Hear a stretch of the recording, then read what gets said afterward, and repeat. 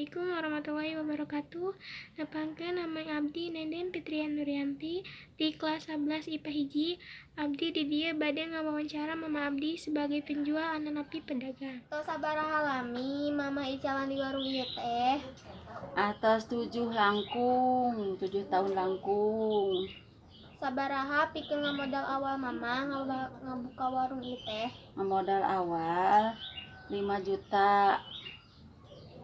Naon wae anu diical di warung ieu teh? Sembako, beas, sayur-sayuran sareng jajanan murang kali. Kunaon mama milih usaha warung katimbang usaha nu sanes? Abdi teu tiasa usaha anu sanes. Sabaraha omset kekengan mama sapoe tina warung ieu teh? 500, 600 lah, rata-rata mah 600 lah.